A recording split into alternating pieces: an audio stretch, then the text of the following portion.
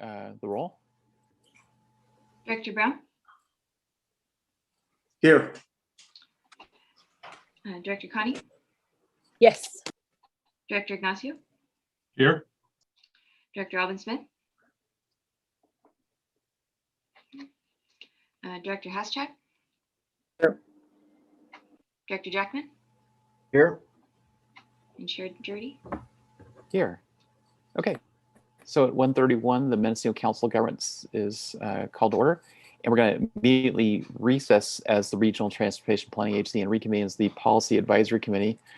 And this is the point at which we have a public comment on non-agenda items that are not on today's agenda. Do we have any public comment on items not on today's agenda? And we had not received any comments by email prior to the meeting either. Okay. All right. Well, then we are going to go right into item number 5, a regular, which is hearing, presentation, and approval of resolution number 2021, adopting the Coordinated Public Transit Human Services Transportation Plan, Mendocino County, for Mendocino County. All right, Loretta is going to talk about this item. Yes, thank you. You have my staff report before you, and just a few words about it. So federal transportation legislation requires each agency to adopt a coordinated transit human services transportation plan, coordinated public transit human services transportation plan, which we call the coordinated plan, in order to qualify for certain federal funding sources. And I've listed the purpose of the plan to address the needs, transportation needs of elderly and disabled and low-income individuals. And basically, these plans help us qualify agencies for certain federal grant sources. So our last plan was adopted in 2015. 5-year updates are required. In an effort to help out rural counties, Caltrans contracted again, as they did last time, with the University of the Pacific to work with local agencies to do the plan updates. So the consultant working with us, Mr. Thomas Pogue, with the University of the Pacific, worked with MCOG and MTA and our SSTAC and the public to gather input and update the plan. So Mr. Pogue is on the call today. I see him there, and I believe he has a brief presentation for us. And then after his presentation, Chair Jurdy will need to open the public hearing for public input. This is a public hearing. However, it does not require a legal notice, just an advertised public hearing. Thank you. Hi, I'll go ahead and start my presentation, but feel free to stop me along the way if there's any questions. Again, get my screen up here. Hopefully everybody can see that. Is that visible? Yes. Great. Again, thanks for giving us the opportunity to work with you all again. We've enjoyed it. And as Loretta explained, the coordinated plan is a federal requirement for the funding, which is called 5310. But it's also intended to serve a variety of purposes, not just as a requirement, but also to try to make sure that the different components of the transportation system are talking to each other and working with each other, and trying to facilitate coordination, hence the coordinated plan title, between those agencies. And so a lot of the process in developing the plan is contacting and making sure that those connections and awareness exists amongst those different players, which I'll explain in a second as I go over the structure of the report and what we did there. The other part of it is also to assess how performance has been made. Again, to sort of check in and look at how well or where there's maybe some needs for improvement over time in the coordinated plan. So the report, which hopefully you've all had a chance to look at, consists of 8 sections. And the first section discusses what the plan is for, the requirements, but also the broader purposes that it hopes to fill. And part of what it also Caltrans has asked us to have it do is to create an awareness of resources for transit services and transportation services more broadly in the community. And so there's quite a large portion of the first section of the report that talks about a variety of funding sources that are available. Not all of them are all the communities eligible to access, but there's a variety that are available which are discussed, and just again to try to create discussion and thought about potential additional resources that could be used for transportation and health and human services, transportation in particular. Section 2 is where we shift to looking at what's the demand, what's the need for public transportation in Mendocino County. And we look at not only the current state of things, but get the best available information in terms of projections of future needs of those transportation services. And again, the report is focused on transit dependent populations. So we try to identify forecasts of people with disabilities, veterans, the elderly, because those are the target populations that are given particular priority under the 5310 funding. So trying to get as best an understanding as we can of what the future needs will be from them. And again, it's difficult in rural communities because sometimes the population dynamics are not well captured with the broad, more urban sampling of some of the resources. But we try to use a variety of sources to paint as good a picture as possible. In section 3, we then switch over from the demand for the services to look at the supply. Who's providing transit services? Yeah. Sorry, was that a question? And in that, we look not only at the public transit agencies, but also nonprofit and private transportation providers. And we do extensive outreach and contacting throughout that process to make sure that we've updated and captured as accurately the services that they're offering and be as comprehensive as possible of those providers. Again, to hopefully identify where there are gaps and needs, and that's where what we look at in section 4, which is the coordination of services. Where are the demand and the supply working together in coordination? What are some of the structural challenges of coordination of these services in the county relative to the demand? And again, Mendocino is a great example of this. The geography does a lot in terms of the ability or inability to coordinate these resources. Oftentimes, the nature of large rural counties like Mendocino are dictated by the geography and the infrastructure that's available there. Section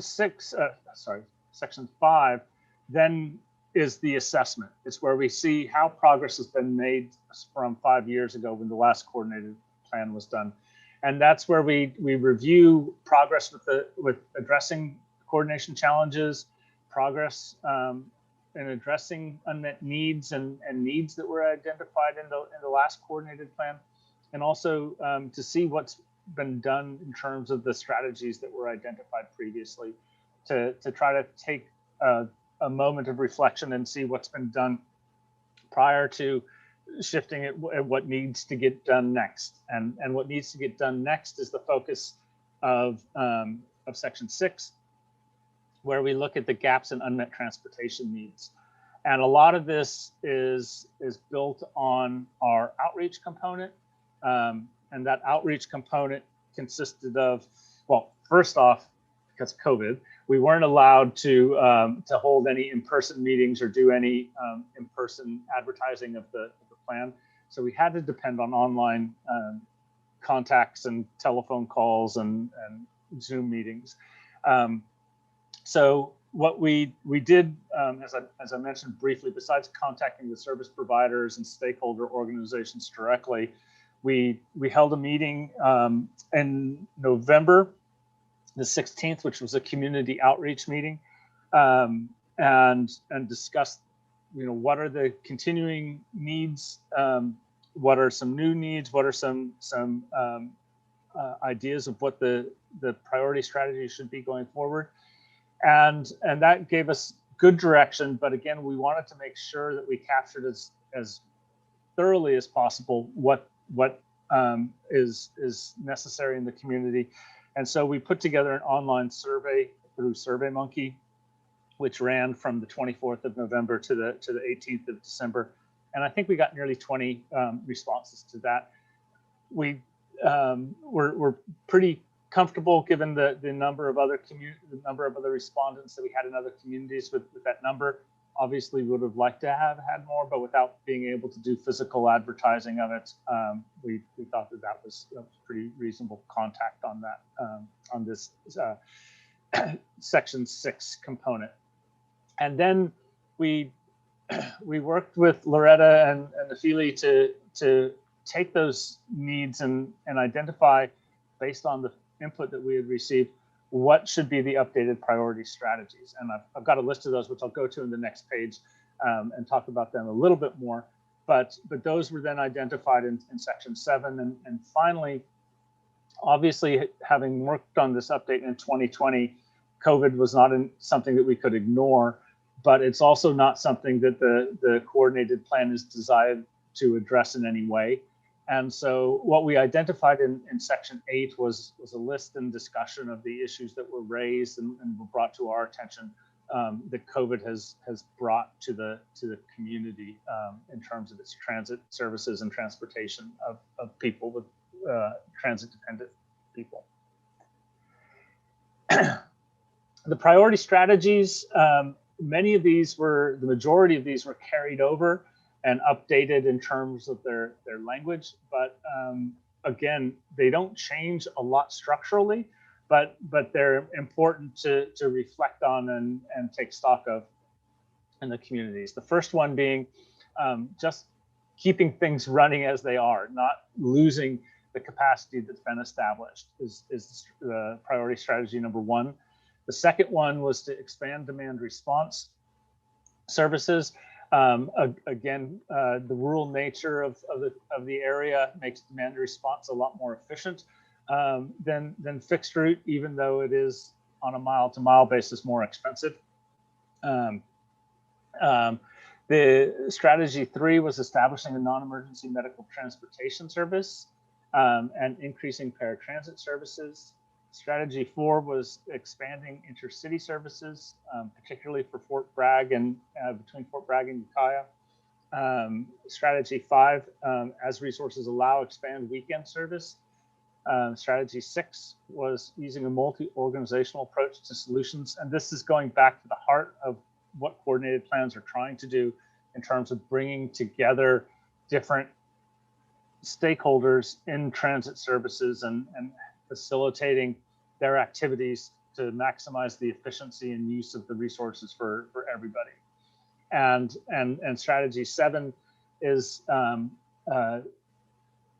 issue that was raised through the outreach process, and that's to just look at what might be feasible in terms of mobility solutions for the rural inland communities in Mendocino County.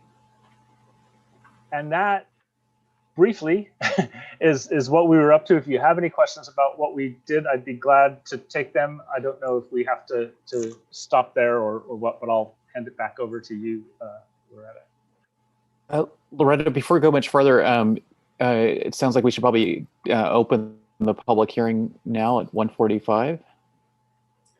Okay, so 1:45, and I just want to confirm that we've had proper notice for today's public hearing. Today's hearing does not require a newspaper notice, just advertised on our agenda as a public hearing. And I might add that as mentioned in the staff report, the proposed draft final plan has been posted on MCOG's website for a couple of weeks. And before that, the draft plan had been posted since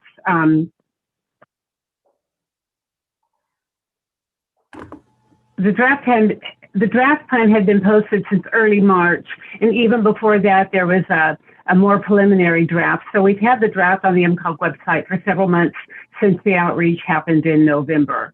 And the final plan has been on the website, and it was included in your packet also. Thank you. All right, well, thanks for that clarification. So the public hearing officially has been open since 1:45. Do we have any questions of Mr. Pogue? Okay, not seeing any. I don't know if we have any members of the public who have questions or comments on the study.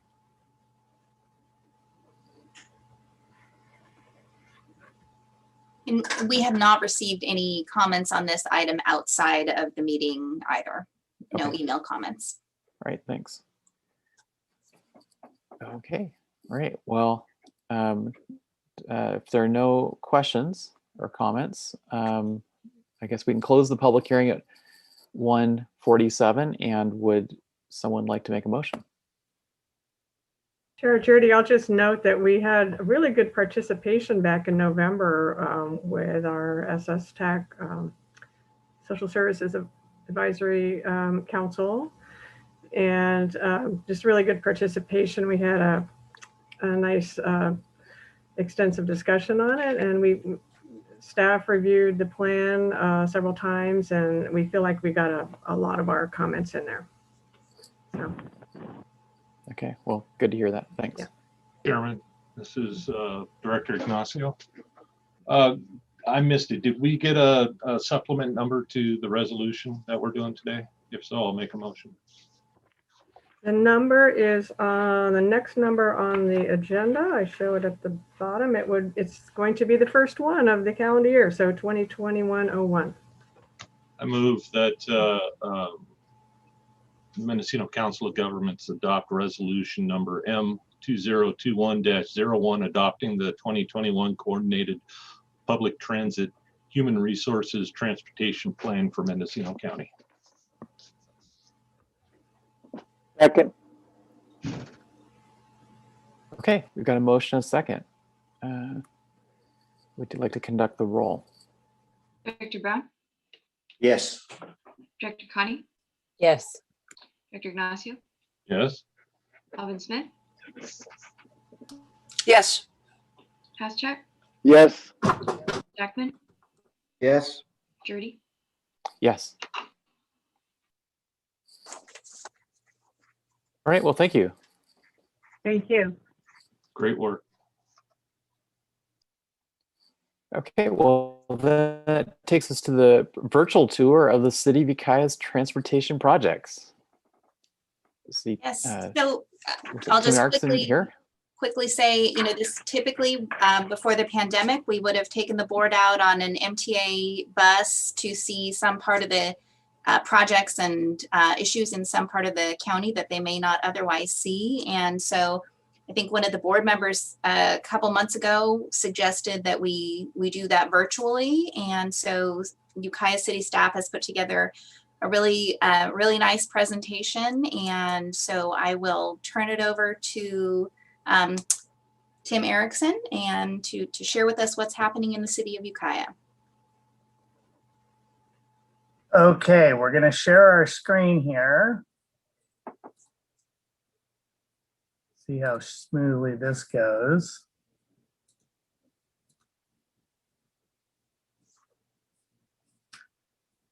Okay, so we're the guinea pigs doing this first virtual tour. Hopefully it works out for you. We're going to get in the city of Ukiah helicopter and go up in the stratosphere and look at these projects from the top. So Tim, let me interrupt you for a second. We're seeing the side-by-side view of your slides. I don't know if you were able to Uh, change that. let's see. I have my technicians working on it now.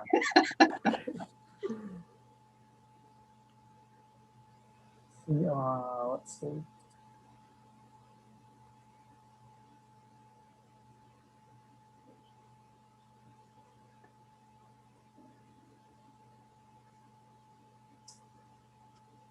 And it might be okay, you know, Oh, yeah, we'll just make it smaller. okay, that's better. That was the brute force method. Okay, so we are here to show you some of the projects that we are working on with MCOG, some of the successes we've had, some of the future projects. This will take about 15 minutes for everybody, 15 to 20 minutes. And please ask questions in the middle of it. Happy to answer anything. And so here we go.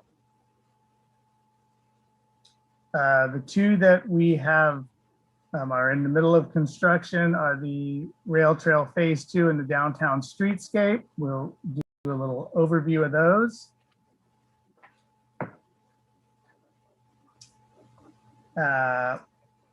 So the first is the Rail Trail.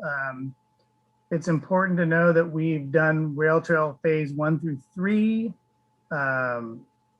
And we have also been given funding for Phase 4. That's an alert that is not coming through MCOG, but that is the same as the Rail Trail Phase 3 funding source. We'll also go over Goby Street and Waugh Lane traffic signal, which we're just about to start construction. That is a MCOG funded project. The Bush Street and Low Gap Roundabout, which has been a discussion for some time with both my city council and the MCOG board. We will show you where we are on that project. And then we'll go fly over Downtown Streetscape Phase 1, and we also have funding for Phase 2. Both of these came with MCOG's efforts, and we appreciate that. And we will discuss where we are on that project as well. So hopping back to the Great Redwood Trail, kind of nice when we had the senator here for the kickoff, and he actually said this, the Great Redwood Trail started in Ukiah, which was sort of excited. We've used all of their logos that they wanted to use and erected signs for that. There's a picture of Senator McGuire and all of our electeds at that kickoff, or the completion of 3 and Phase 2, which was Phase 2 was MCOG funded. Phase 3 was Urban Greening Grant, which is what we have also received the money for Phase 4 of. And we attribute the Great Redwood Trail to MCOG because Phase 1 and Phase 2 were both MCOG funded. One was the BTA grant, and then the Active Transportation Grant, which I think is just the BTA grant in a different form. But it was really MCOG's foresight, I think back in about 2005 or 6, that they did the feasibility study, which we used to tee off of to get all these grants. And so it was really that original study that MCOG funded and did that got us definitely the Phase 1 grant, but we used for Phase 2 and Phase 3, and now for Phase 4. So Phase 1 through 3, which is in the ground, and we'll fly over those, is about 2 miles. And Phase 4 is going to be about another 1.5 miles. So all of those just creating the backbone of the Great Redwood Trail. And Tim, so the slide said that you're still seeking funding for Phase 4, but you did just learn that you now have funding for Phase 4, correct? Yes, that's right. We just learned that we got the funding for Phase 4. So Phase 4 goes through Commerce, so through the Redwood Business Park and all the way down to the old Thomas's Pear Sheds, and then stops there. So that will be kind of we're not putting lights in that section. So that's going to be a little bit different, but it's certainly the invitation for the part that wants to come up through Hopland. And so hopefully that sort of tees off that for the good of the entire valley. But this is phase 2. This was a BTA grant. And go ahead and get on our magic carpet, and this will speed up a little. These are just some of the features.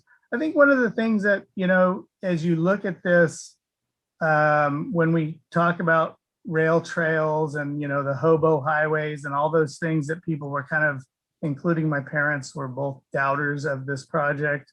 It's important to realize that if you look where we've put these trails, there actually is no encampments, there's no homelessness in these trails. So, the concern that this is going to invite an element that we're not looking for, it's important to see that this is just a regular Tuesday. I think when they videoed this, it's very safe. We have lights all through the city. We have the lights. This is the bridge that goes over Doolin Creek. You can see we've been pretty active on keeping the graffiti down, but it's not been a huge effort. It's just sort of a ongoing maintenance that is pretty doesn't take a lot of time to do. And so we're keeping up on that, but I think it's a very safe trail. This was one of our stretches that we had the most concern with. This is between Talmadge and Gobi. And so there's really no way to exit this trail off to other streets. And that was one of our biggest concerns, that this might be a place where we do have encampments. Really hasn't happened. And so it's been a success story, certainly on keeping the encampments down to a minimum. But it's a class 1 trail that is very nice to get all the way now through from the north city limits to the south city limits. This is as we come up to Gobi Street here. And across the street is phase 1, which was the original one that was funded also as a BTA grant. There's our signage that we put in at the state allowed us to do that. And so we did. Hey, Tim, can I ask a quick question? Yes. What time of day was that? I've seen quite a lot of people out on that trail usually. Yeah, that was actually kind of early, and it was about 3 weeks ago maybe, and it was kind of cold that day. Yeah, because there's good traffic out there.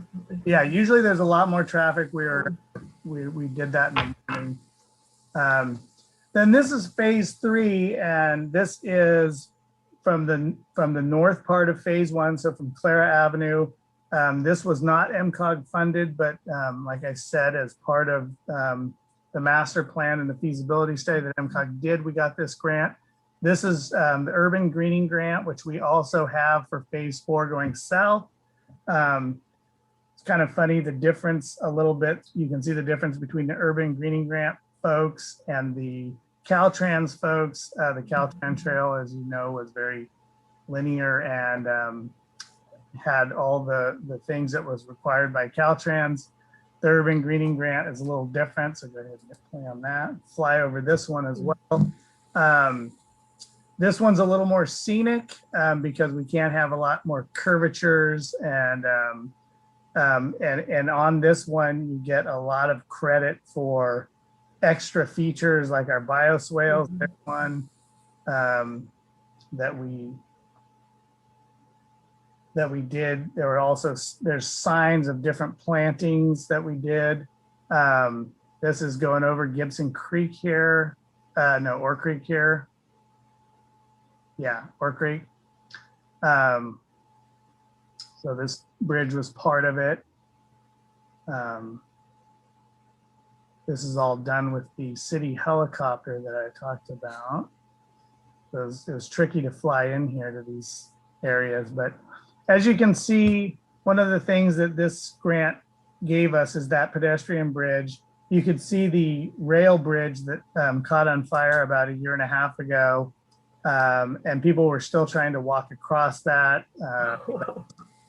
Really sketchy. So fortunately, this exists now, and people are using this. This is where we go across Ford Street, Ford Road, and then some of the Native Plant Society did a bunch of the stuff here that doesn't really pop, but it's all planted. It's kind of interesting. There's this little music park that's also up for all of for the artists in the group today. You'd appreciate this, but for engineers, it's lost on me a little bit. But Really cool. but it is very cool if you go down there. There's Spencer Brewer put some old pianos. So there's actually those pianos with things to strike it and make sound. So it's very cool. So this is as you go to Brush Street, and then that's the end. This is where Howard is super excited to take over the rail trail as it goes north. And so we're at that point, we're going to be in the county.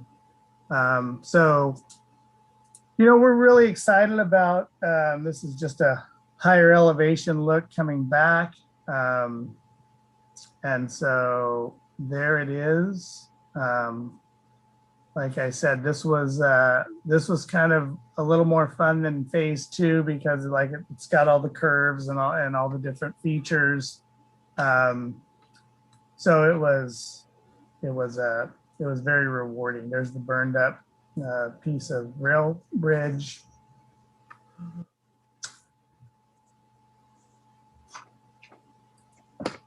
So there you go. That's phase 2 and phase 3. Like I said, we got funding for phase 4, which is another 1.5 miles. That will probably be the end of what the city does for rail trails, but we have become very proficient at it. So I've offered to the county if they wanted help extending like that phase going up to the college, we would be happy to help them with that. So let me add, Tim, before you go on, just that the planning study, the feasibility study that Tim mentioned, it was a county-wide plan. So that also was the foundation for the active transportation grant that the city of Willis received for their rail trail project. So that planning has been done throughout the county. So if the county were interested, that foundation is there for them to use as well. And Nafili, do you remember what the year was of that study? I think it was 2008. 8? Okay, that's right. I believe it was 2011. Oh, okay. Oh, yeah. Yeah, it was a little bit later.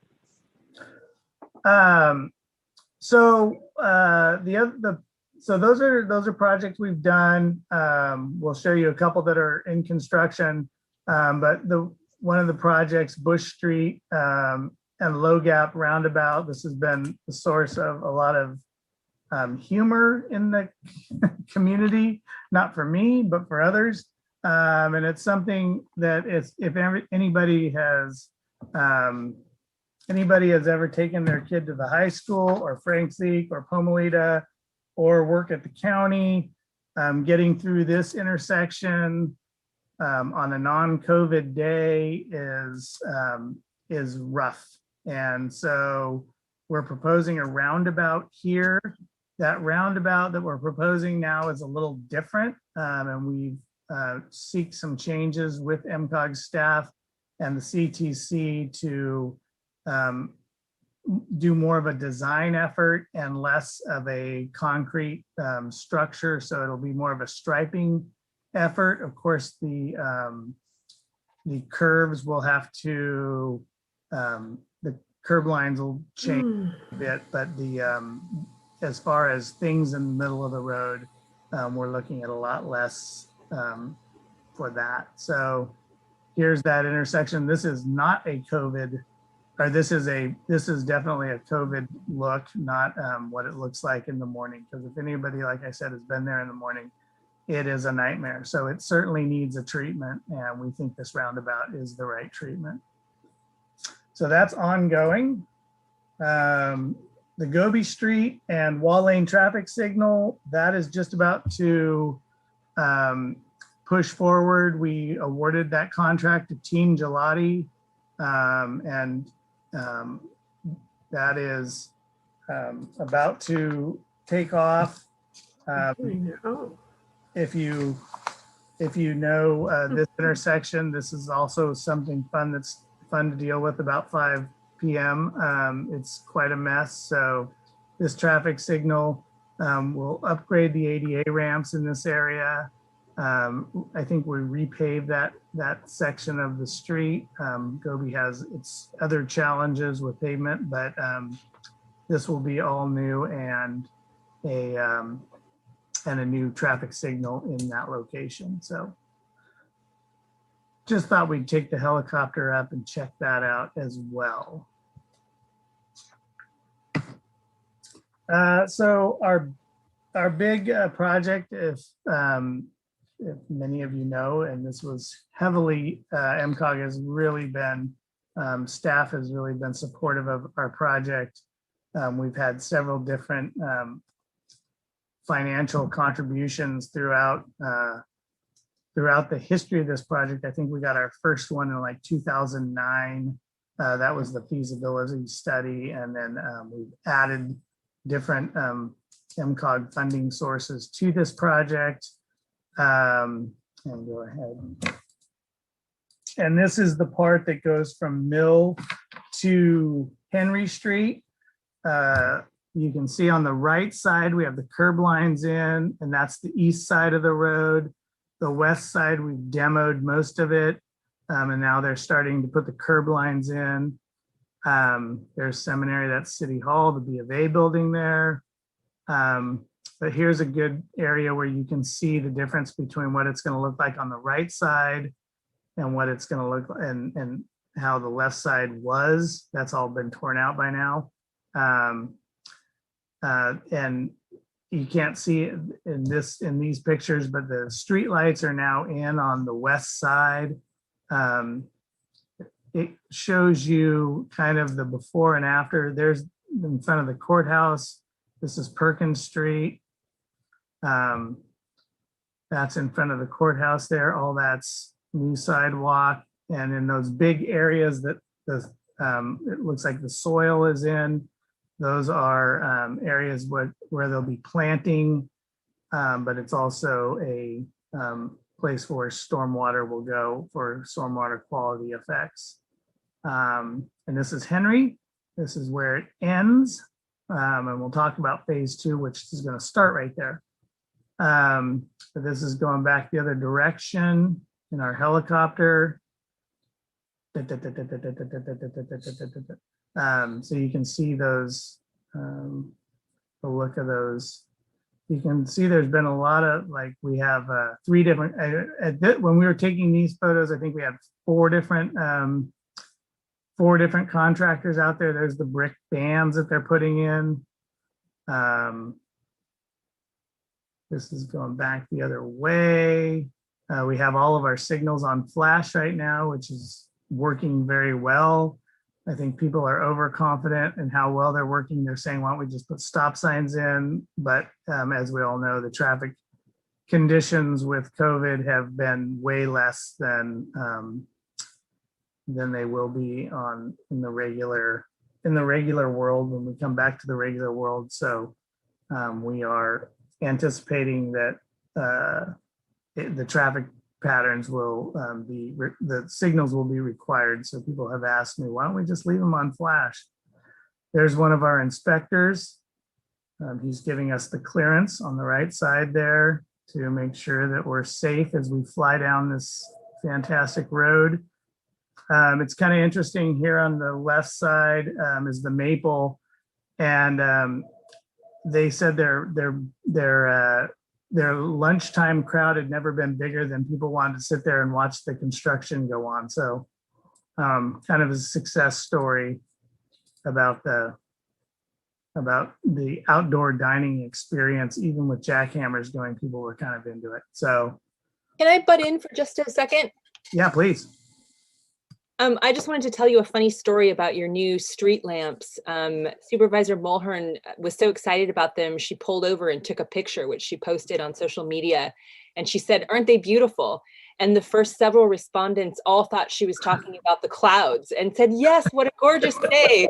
And I told her and I said, "I'm pretty sure you're talking about the street lamps." And she said, "You got it." So we have, a couple of us out here who appreciate the hardware. And this was one of our other contractors that was doing all the underground work prior to the work that Gelati is doing with the sidewalks. But we have, like I said, we've had 4 different contractors out there at one time. So frustration has been, we've had folks a little frustrated with our enthusiasm to do so much work, but most people have been very, very cooperative, and it's gone off. This is a project that, like I said, I think we did the feasibility study in about 2009. I have been terrified of doing this project since then. Finally, we got to it, and it really has not been nearly as terrifying as I was concerned it would be. This is the Gelati crew pouring the sidewalks. They're still out there pouring sidewalks on the east side now. This is in front of Moyer's Pools. The folks who are doing the concrete are doing a fantastic job. All of our contractors have actually been doing a great job, and of course, none of this would have been possible without MCOG and the staff that has helped us through so many of the different funding sources and deadlines and things that we've had to meet. The good news is you can see how wonderful our pavement is in these pictures. This whole thing is going to have either a reconstruction or an overlay.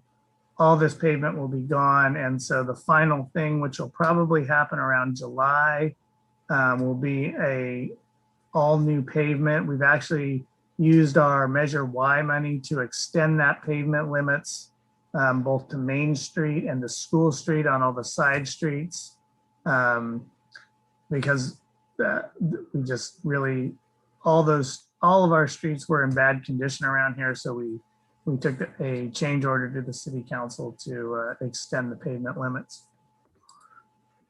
That is phase 1. That is our biggest challenge that we're currently working on, but we are lucky enough to have phase 2 also funded, and that is, I think, about $2.3 million, and that is the part that's going to go from Henry Street to Norton, and from Mill Street down to Goby.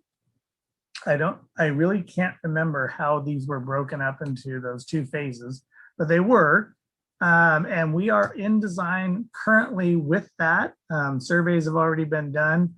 We hope to jump into that in the spring or summer of 2022. And so right after we say, oh, here's your new street, we're gonna get right back into it on the part in front of Safeway in that area down there, and same thing with the northern end. We're thinking right now that the northern end will look a lot like the middle of the downtown area, and the southern end, those sidewalks are in a lot better condition. So we might save some money on the southern end and do something a little less dramatic. So that's phase 2. That's coming, like I said, in 2022. We're very excited about it, and we want to kind of get it done now that we sort of know how to do this. It's quite an effort to, get your staff ready for this all-encompassing project.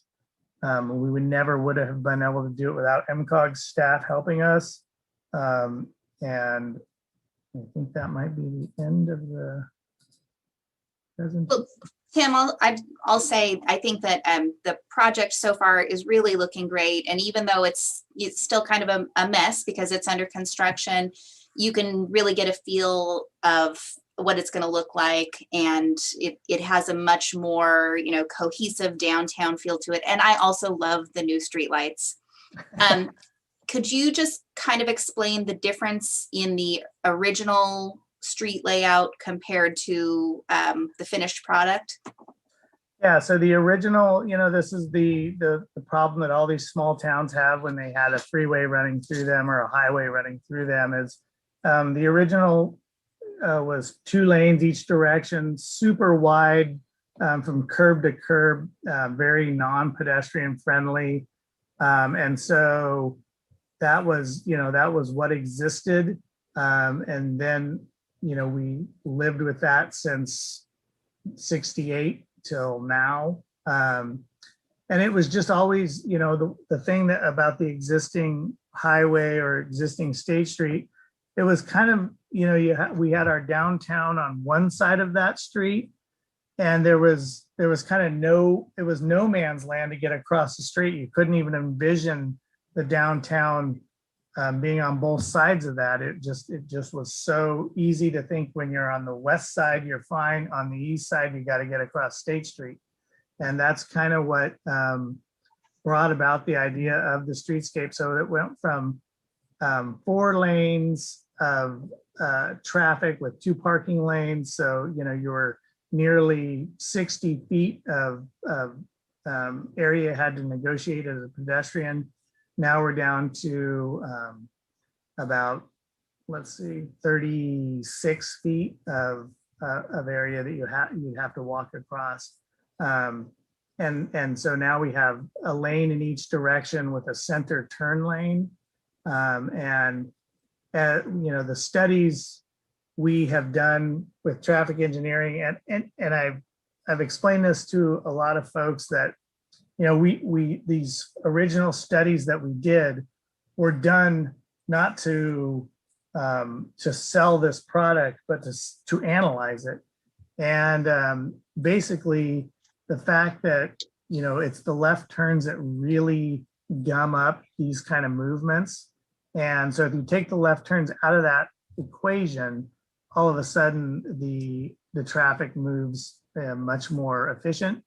And so we have from one end of the streetscape to the other end, from south to north, let's say, though you'll be going, the speeds will be less, but you'll actually accomplish that quicker. And that's just because you're not going to hit so many left turns, and you're not going to be sitting idling. And so that was really the whole thought process behind the geometry that we have now. And it's we're very excited about it. We are excited. My mom is still sure that it won't work, but I've told her that we're just looking at the science, Mom. We're just pretty sure this is actually going to work. And when we came up with this, it wasn't to sell the project. It was to analyze the project. The analysis looked very good to do this, and that's why we did it.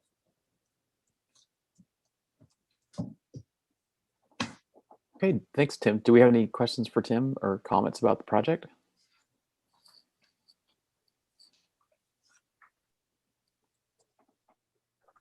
All right. Well, I thought it was I'll say, Tim. Go ahead. I want to know how I get one. I say, I think all projects are looking good. The streetscape project, the street lights. I mean, one thing I've been kind of surprised by is just how many pedestrian. I mean, I know they're pedestrian scale street lights, so they're lower to the ground, more friendly to pedestrians. But I think that's probably the reason why there are so many per block. And I kind of look at the difference. That was one thing that everybody noticed in Fort Bragg when the streetscape project came in, because they were lower to the ground. There were more per block than we had with the, I don't know, 20-something foot tall, kind of highway almost streetlights that we had before then. But I'm also curious if LEDs being much more precise in being directional, and I'm assuming these are downcast for dark skies.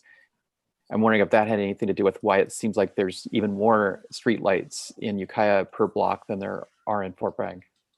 No, I think it's yeah, they're LEDs, and we actually have this it's called a comfort, I can't remember exactly, but comfort shade or something. So as you know, most of the first LEDs, you would get underneath them and look up and it's just about blind you.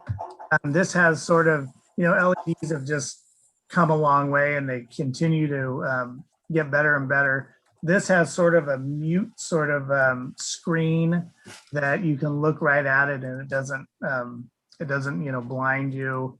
But yeah, there's just a lot of them, like you said, because they're a lot lower than the original Caltrans Cobra heads that were, you know, up at 35 feet or whatever they were. So certainly a nice look that we're going to have. We're also going to have the trees and everything when those are planted. We're having lights in the trees, and so there'll be a lot of different things that'll kind of take out that picket fence look of the traffic or of the street lights that are sort of there now. I happen to think they're fantastic, but I can see somebody going, wow, there's a lot of street lights. So ultimately, I think the other question I had was, I know that the other question I had was, I know that Caltrans, when they built that highway, they put in a lot of concrete, and concrete's just a louder surface when vehicles are driving over it. In your reconstruction, are you replacing the concrete with asphalt? Yeah, so there'll be an asphalt top on everything. Some of the concrete we're actually leaving because it's such a good foundational item and it would be very expensive to take out. We did some initial investigations to see what was underneath the streets, and we were basically wrong with a lot of it that we thought was concrete, but it was actually a CTC sort of thing, which is concrete treated cement or CTB, concrete treated base. And so it's super hard. So we're not sure exactly how we're going to treat the final lift, but the bottom line is there'll be at least probably 4 to 6 inches of asphalt on everything, and how much we're going to grind down is really the question. So just thinking that should make it quieter downtown also then. Much quieter, yeah. Okay. Are there questions or comments about the downtown streetscape project or the trail project or anything else that Tim presented? Just like to say my last thing is that Nafili and James and everybody who's helped with this project, we can't, you guys don't get enough credit because, you know, we're the ones who get to be on the, you know, on the podium when we're saying, yes, we did all these things. And it's really you guys who have done so much for all this. So thank you guys so much, Loretta, also for all the help you guys have given us through this. And it's been great. Thank you very much. Well, thank you. It's exciting to see, you know, the things that we work on planning so many years ago. It's exciting to see them coming to fruition. Yeah, I agree. And great job on the presentation. That was really, really well done.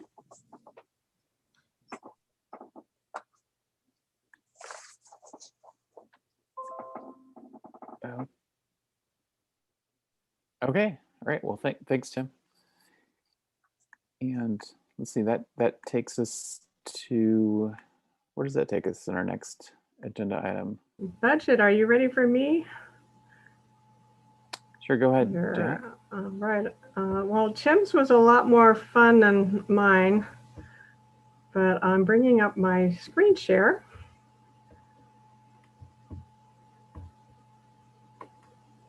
There we go. And I'm sorry, I'm trying to find where I can get back my video. I'll just add while Janet's setting up. If anybody is interested in seeing the full screen of the presentation from the City of Ukiah. I'm not sure if the link was sent out in the packet, but that's something that we can send out to board members.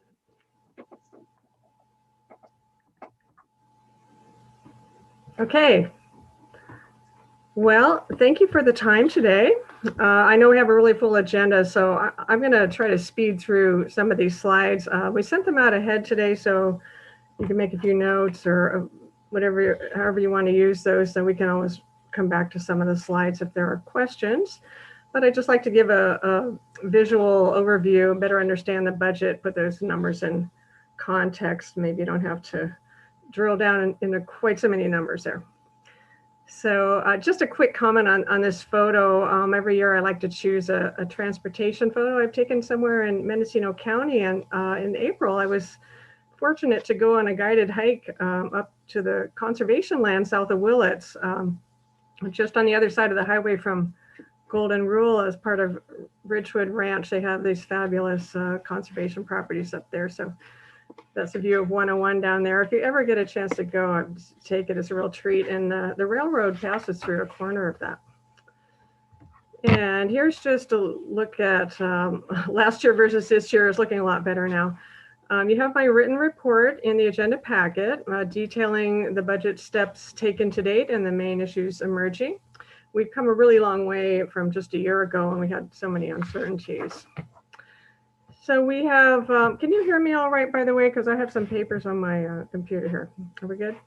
Yes. Great. Okay. We have local, state, and federal funds of various types. The total in this proposal is $12.5 million. First of all, we're responsible for administering the TDA, the Transportation Development Act in Mendocino County. We have various planning funds. Alexis has provided a report on the planning program, and that's also in your agenda packet. And new this year is the Coronavirus Response and Relief Supplemental Appropriations Act of 2021, also known as CRISA for short. That was House Resolution 133, enacted last December and becoming available in this current fiscal year, 2021. And I've just carried those forward here for tracking purposes. So in addition to my staff report, you've got the one-page summary, you've got the detailed spreadsheet that's got some more notes and some comparison to last year. And you have my notes on the funds for reference. I had to update those and add an additional page because we've got quite a few new programs available to us now. So I'll stop here for just a moment. The LTF, local transportation funds from sales tax, continue to rise. We are looking at an estimate of $4.5 million. The state transit assistance, STA, from gas tax is kind of suppressed right now by changes in driving behavior under the pandemic. Although Senate Bill 1, you'll recall the state bill, the Road Repair and Accountability Act of 2017, did increase the cents per gallon rate on that. So it's strengthened by some more funding. Also, the proposal releases temporary LTF reserves from fiscal year 2021, the increases that we couldn't count on materializing at budget time last year, and that's nearly $250,000. So the recommendation, I'm on the wrong one, I'm sorry, there you go. So the recommendation includes twice the usual minimum reserves in MCOG's fund for MTA's future needs, because we do have enough money for that. We'll get into that a little later. And this still adds 14.5%, more than $500,000 for MTA's claim, their annual claim for funds. And that is reaching $4 million for the first time. And by MTA's own policy, excuse me, the senior center contracts get the same increase as MTA does for operations. And finally, as I've mentioned, we have new federal relief funds from the CRISA Act. And a portion of that is on today's agenda to be distributed by a formula to our member local agencies, and MTA gets a different part of that. They get the large portion. Okay, moving on to look at the trend of the sales tax revenues to the local transportation fund. it's kind of interesting because unlike the Great Recession in 2009, where you see the dip in the line there, the coronavirus pandemic did not slash our sales tax revenue. It's on the contrary, it has continued to rise beyond our expectations, as that trend line shows you. So it does appear that there has been a shift in buying patterns that has impacted the economy. But if anything, MCOG's revenues have benefited from that shift. So this is fiscal year to date right now. This is number 7A on your agenda. The fiscal year to date revenues are coming in 10% higher than the budget so far.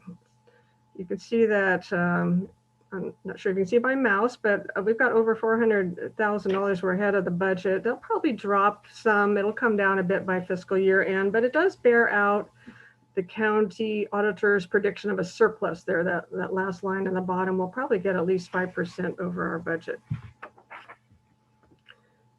I'm also showing trend lines on this one because the STA fund has been kind of wild on the chart there. It's less stable over the years than the sales tax.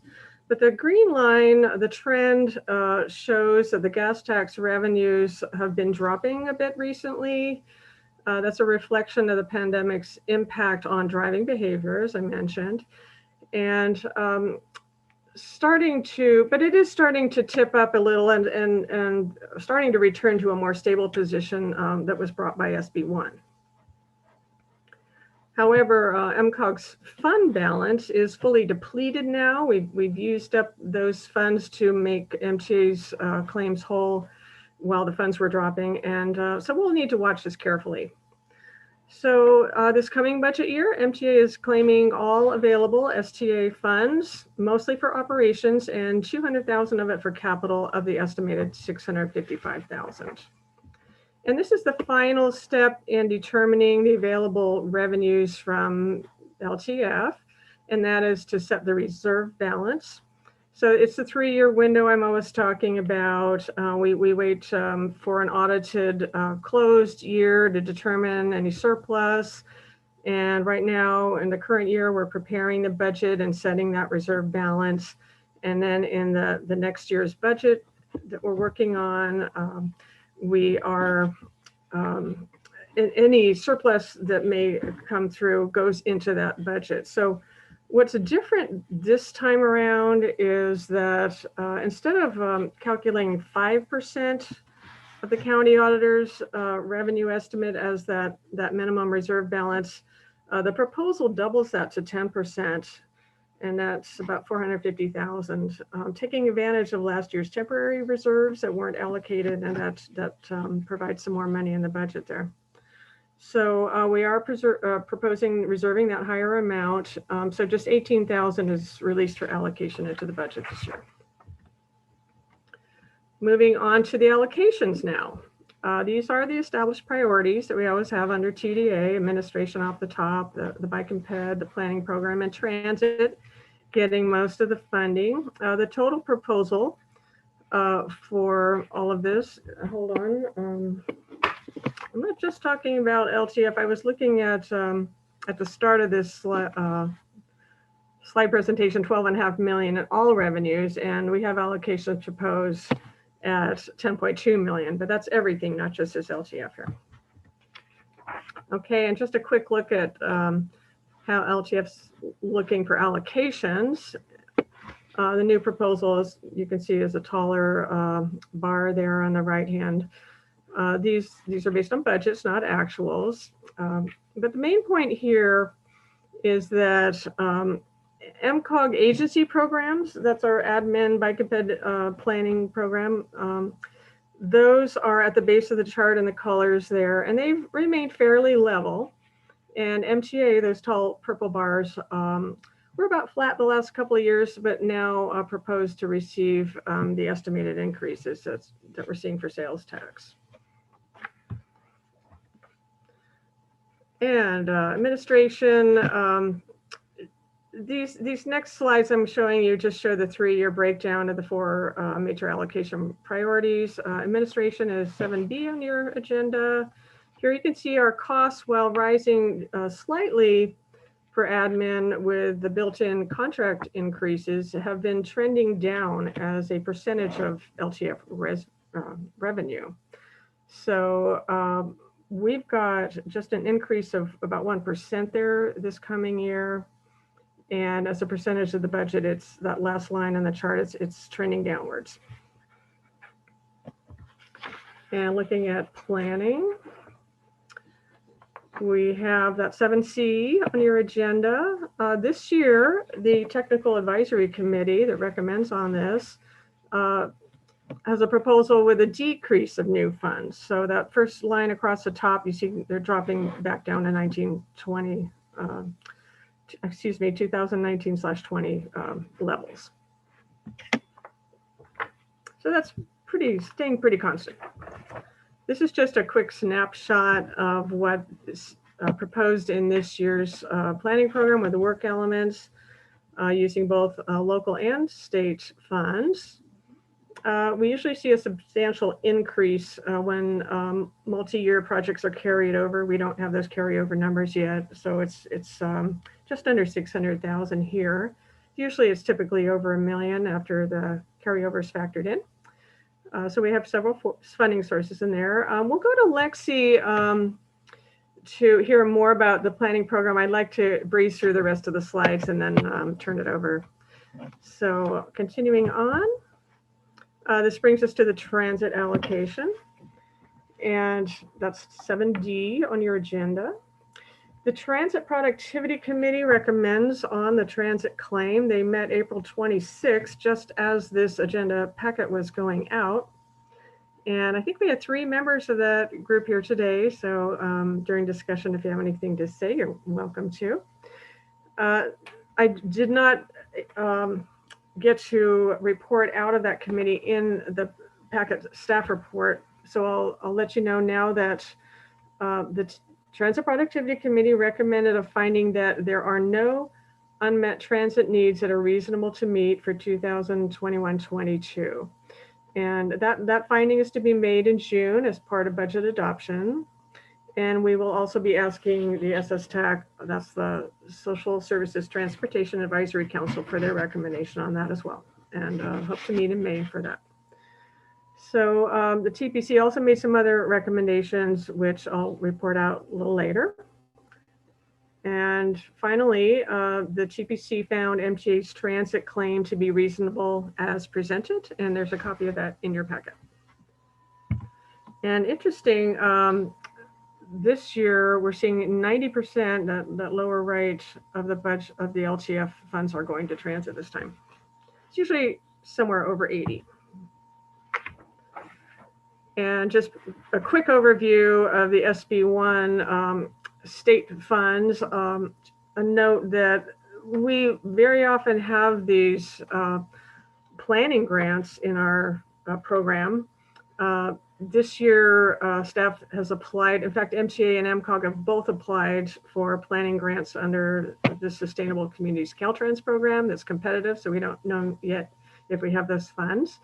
But it's pretty important to us. MCOG has applied for a feasibility study on mobility solutions for the remote inland communities in Mendocino County. And MTA has applied for a grant to update their short-range 5-year transit development plan, which is also important to us for a bunch of reasons.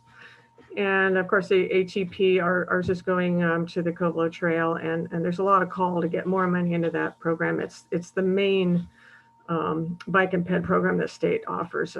It's a combination of state and federal funds that flow down. And state of good repair, there's a little bit of money in that for transit.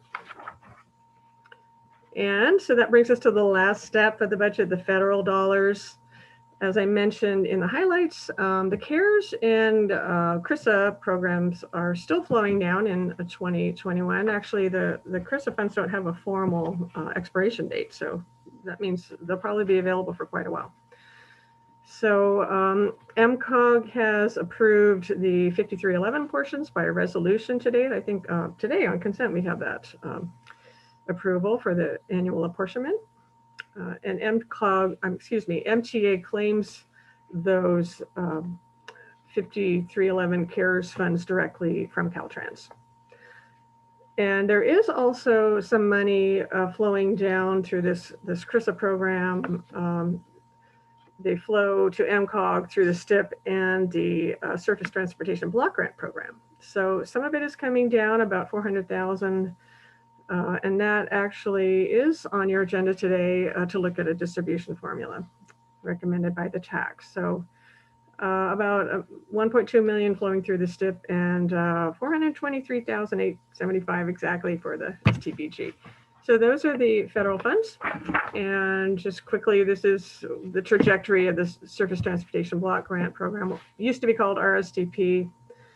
And without counting the new CRISA funds, this is kind of what it looks like. It's generally been around between 500,000 and now more in the upper $700,000 range. And that was pre-pandemic, pre-recession up to the present, and not counting the federal funds. And just these are the allocation priorities of MCOG's own policies. We have the 3 programs we use that for, and now we have the new CRISA funds. And we don't have an estimate yet for $22, but so we're basing it as a placeholder on the current year. But the distribution of the pie looks the same, pretty much. A quarter of it is MCOG's programs, and 3/4 of it goes out to our member local agencies. And I'm winding down here. This is a graphic I showed you in 2019. That was pre-pandemic, but it's still a looming problem under current discussion because with public policy and the private sector moving away from fossil fuel powered vehicles, our revenue system based on gasoline consumption is just incompatible, and it's been declining. So, new cars are more efficient. Some don't use gasoline at all. And so other systems are being investigated based on vehicle miles traveled, such as California's road charge pilot program. And there have been efforts in other states like that as well. And just a quick reminder, what you don't see here, we don't have cash flowing through our budget with the STIP. That's not in here. And the Safe Call Box program has its own separate budget. So here we are. You've got your staff and committee recommendations on each aspect of the budget, pending one more review in May by the SSTAC to recommend on the unmet transit needs. And in June, we'll have the allocating resolutions to be adopted with the detailed exhibits and all the findings. And those will, the budget proposal will be available in your, as a budget package in a bound document and or online as a PDF, however you prefer to receive that. We'll have those available. And typically the planning program is amended more than once, which can affect the budget. And in fact, in 2020-21, this current year, we did have 2 amendments to the budget. One was to add the REAP, the new housing planning funds, and the second was to add the reserved LTF 2% bike and pedestrian funds that were awarded to Point Arena. So that concludes my presentation. That's it from me. We can go back to any detail, or maybe now is a good time to give Lexi a chance to talk about the planning program also. And thanks very much for your attention. Great, thanks, Janet. Yeah. Any questions for Janet at this time, or do you want to go to Lexi and planning budget? Let's see, I'm going to stop that particular presentation, and if there's anything you want to see on the numbers, we can bring up those too. Okay, not seeing questions for you at this time, Janet. Thanks. Thank you. Guess we'll go to Lexi. Thank you. Okay, thank you. So I will just follow along, I guess, with Janet, and go ahead just for convenience purposes for you guys to go ahead and see the financial summary page that was included in your packet. You guys also received a staff report breaking down and discussing each of the work elements that we had proposed in the draft overall work program. Just as a reminder, the Technical Advisory Committee did review the draft document on February 17th of this year. It was then submitted to Caltrans for review by March 1st. We have received some comments back from Caltrans that we intend to incorporate as needed into the final document that will be back and presented to you for review or consideration for approval in June. But those will be presented to the TAC for final review at their May meeting. So in your staff report, I did break down each of the work elements, so I won't bore you with so many details because I'm sure all of you have already read through that staff report. But I will mention that you guys do have this summary of funding sources in front of you. You do see some of the annual work elements that are carried on throughout the years. 1, 2, 4, those are annual elements that you do see continuing on throughout the years. MCOG staff does participate in these. There is work element 6, which is County DOT Combined Special Studies. That was an application we received from County DOT for this special study they request on an annual basis. Next, we have the MCOG's planning, programming, and monitoring element, and that also is as 1, 2, and 4. It comes over every year and helps facilitate planning that MCOG staff participates in. There are a few carryover projects that we do anticipate coming into 21-22. We still are working on, as you heard, the Regional and Active Transportation Plan update. There is some new money set aside for this plan, but we do intend to have some carryover brought in as well. We do think that the pavement management program update may have some slight carryover. They may be finalizing and presenting in July and August, but not much into after the first quarter has come to a close. We have also the local road safety plan that we've put additional money in there for MCOG staff. We anticipate that coming to a close in the first half of 21-22. Also, you'll see under work element 12, and I did make note of this in the staff report, that when I submitted this draft to Caltrans, this project was identified as the sidewalk maintenance and ADA curb ramp inventory for the city of Ukiah. At the last meeting, you guys approved, the board approved, the fourth amendment to the overall work program, which requested that project be amended to fund the trench cut fee study for the city of Ukiah. So you guys did hear about that project reallocation at the last board meeting. And so you do see that identified here because this was the draft that was submitted to Caltrans. But in the staff report, I did note that that project has been switched out. And if it does need to be carried over, it has been identified in here as a placeholder for that. Furthermore, there is not any money identified yet for the MCOG training budget. This year, as you guys know, things have really been different. Staff has not traveled much, and there hasn't been a whole lot of training expenses. And so no new funding was set aside for the training element, with the expectation that quite a bit of funding will be carried over for this training element. Work element 15 is a new project. This project was for the city of Point Arena, local street assessment and shared roadway agreement.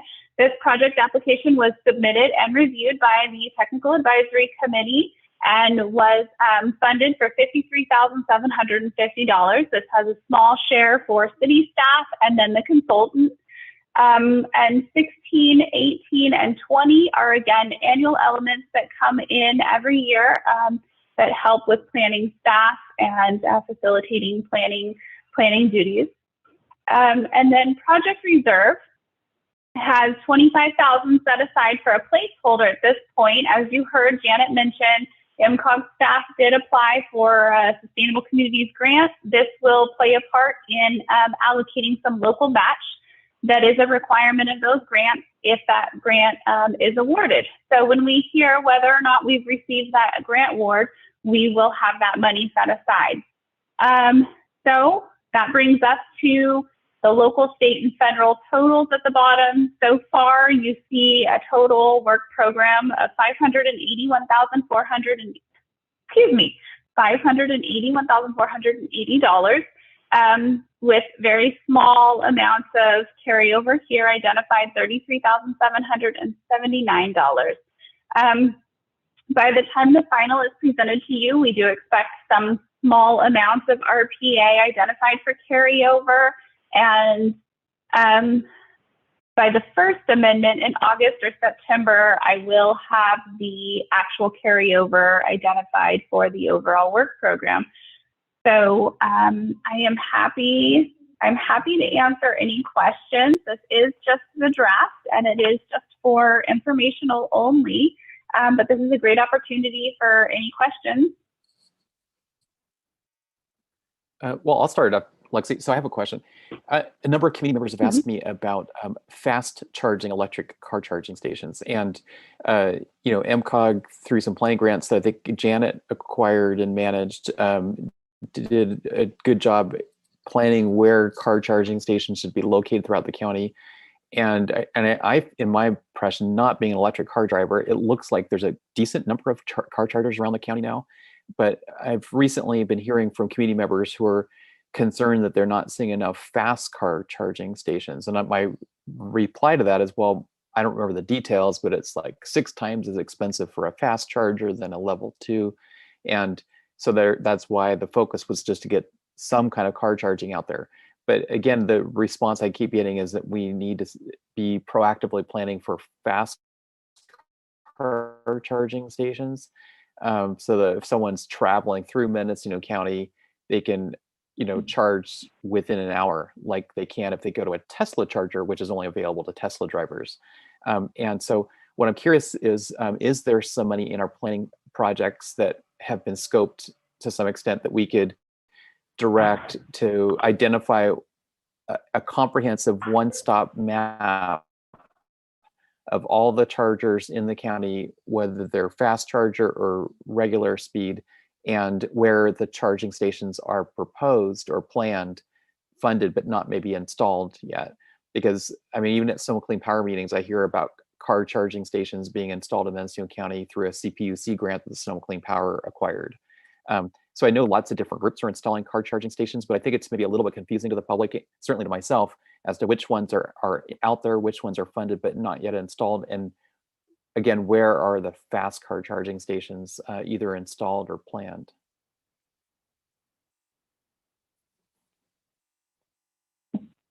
Janet, would you be willing to help me, or Nafili help me answer that? Did you want me to comment? Yeah, we did a certain amount of analysis in the last, in the 2019 adopted zero emission vehicle regional readiness plan. And a lot of those charging locations are being implemented. It's not through us, it's people applying for grants, and we've been able to partner with some like ChargePoint. We talked about last month that that project was finished with a 101 DC fast chargers. Now there's a raft of new chargers going in under the Cal EVIP program, and that is the main state incentive program that's in play right now.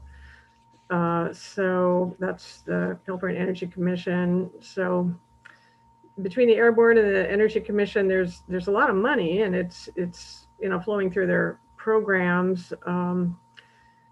So I guess it's a question of knowing what's going in and where, and maybe having some better mapping tools. And I'm not sure if that's something we ought to pursue, if that's maybe a follow-on in the planning program. But there are other resources out there. There are groups like PlugShare that do very comprehensive mapping of the inventory of all the types of chargers out there. But as far as looking ahead and knowing who's doing what and what's coming up on the horizon, that's a little harder to pin down. So. And just to add on to that, I know that in the last update of the ZEV readiness plan, there was quite a bit of mapping that went into that. Of course, it's constantly in flux as new things are installed and new grants are received for installation. So I don't know if those are being updated. But kind of going back to your question, Dan, about money in the work program to, planning money to look at that. We do have the sustainable transportation planning work element that staff could at least, spend some time looking into that, doing some research to see if there is something like that that is already happening out there that we could share and make publicly available. And if there's not, explore opportunities or options for developing something like that. So we don't have money set aside to say, go out and hire a consultant to, go through a mapping process, but we could at least internally get started exploring how to make something like that happen. Yeah, and also County Planning and Building Department had started working on their webpage to do some mapping. I don't know that it's up to date today, but that is something they're working on. I'm not sure if they need help with that or what the staffing levels are, but it's something they started to work on. Well, anyway, it's just my suggestion. Yeah. I think, given the plan that MCOG's already done in the past, that it would make sense for us to just maintain a current list that gets updated all the time, so that people, if they want to know where the stations are, whether they're fast charger or not, where they're funded and will be installed, that we be the repository, the location where people would go. Right. Okay. With the Cal EVIP, we know which towns and communities. I've had a list of where those funds are going, but they have not released actual addresses or locations yet. I think they want to get a little farther along on the agreements with those site hosts before they release that information, but we'll keep an eye on that. Yeah, I'm thinking of a map, and maybe it says 6 new stations going in Ukiah, 4 new stations going in Fort Bragg, 3 new stations going in Willits, and they see, by 4th quarter of 2021. I mean, that's the kind of list or mapping that I'm kind of thinking about. We don't have to give, once they're installed, I guess we could have the street addresses. Right. Okay, we do have some people who have to leave the meeting at 3 and 3:30, so I'll stop asking questions. Anyone else with questions and comments? Greta? I was just going to, I'm sorry. I was just going to say there's a bunch of new Tesla's plugins in front of O'Reilly's, but those are kind of useless because unless you're rich, you can't afford a Tesla. If you have a hybrid like me, that would be nice, but it's useless. I think Tesla's spending a lot of money getting their product out there. I was just going to say that I think that any kind of mapping information would be probably useful to share with the chambers of commerce. I know that in Willits, that's probably a pretty big question that our chamber gets. Where can I charge my vehicle? I think that sharing that with somebody like Katrina down at the Ukiah Greater whatever Alliance would probably move to. Yeah. Good point. We'll note that. Okay. Well, I'm glad there's interest out there. I have to leave. I'm sorry. All right. Thank you, Tess. I think we'll be okay. We have a quorum.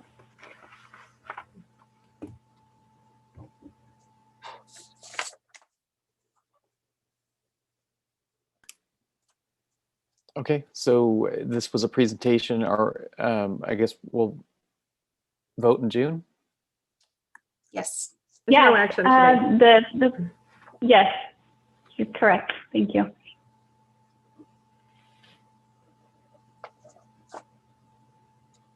Okay, well then that brings us over, I guess it takes us to item number 8, which is Technical Advisory Committee recommendations for Federal Highway Infrastructure HIP funding, as well as funding for distribution formula. Yes. So 8A is the tax recommendation of awarding the Highway Infrastructure Program funding for fiscal years 1920 and 2021. The Highway Infrastructure Program, or HIP funding, is a fairly small pot of federal funding that we have received for 4 years now. The first 2 years of funding were slightly larger, and both of those years of funding went to Ukiah's Downtown Streetscape project. So that was one of our financial contributions to that project. The second 2 years of funding only total $169,176. And because of the small amount of funding and the fact that they are federal funds, which are a little harder to use because agencies have to follow federal requirements, which are a little trickier in terms of environmental review and right-of-way processes, and just a different process than many of our small agencies are used to. It's taken us a little while to come up with it's taken the TAC a little while to come up with the right project to award these funds. There were a couple of other options considered, but ultimately the TAC recommended unanimously that the funds be awarded to the County of Mendocino's Ackerman Creek Bridge project. This is an existing highway bridge program funded project to upgrade the bridge over Ackerman Creek. This is just a small contribution towards a very expensive bridge project, totaling over $11 million in construction. At this point in time, the county is ready to go with the project. Unfortunately, the bridge program has, I think, suffered from the pandemic, and so the funds, they had hoped to be ready to go to construction this year, but it sounds like it'll be at least next construction season before the county is able to go to construction on this due to the bridge funds. But with these last 2 years of HIP funding, the third year of HIP funding, so the first of the 2 years that we're talking about now, has to be obligated by September of 23. So we've got 2 more years before those need to be obligated. And we did talk with the county that in the event that we're coming up on that deadline and it looks like the bridge program is still stalled, that we would look at reprogramming that. However, there is the potential, because I know there's a lot of outcry for more money in the bridge program statewide, there's the potential that it could receive a one-time infusion of funding. So hopefully they'll be able to move forward at least by next year. So that is the tax recommendation, and that is what is before you today, and I'm happy to answer any questions.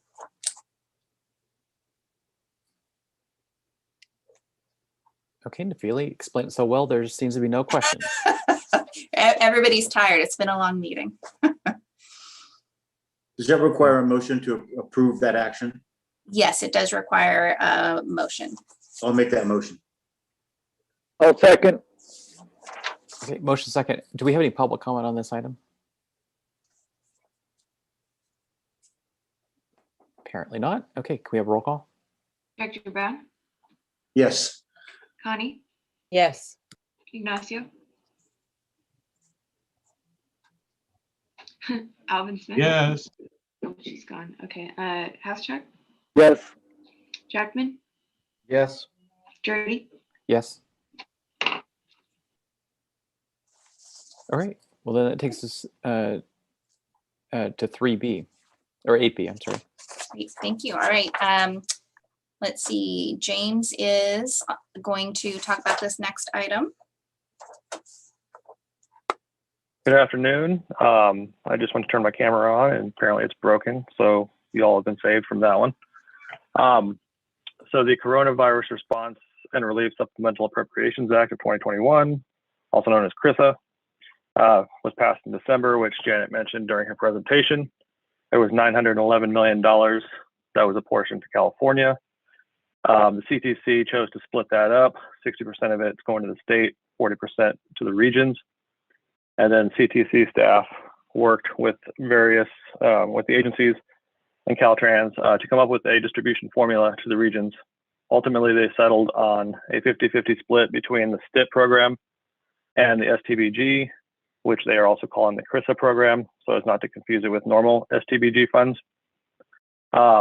Based on that scenario, County of Mendocino got $1,622,007.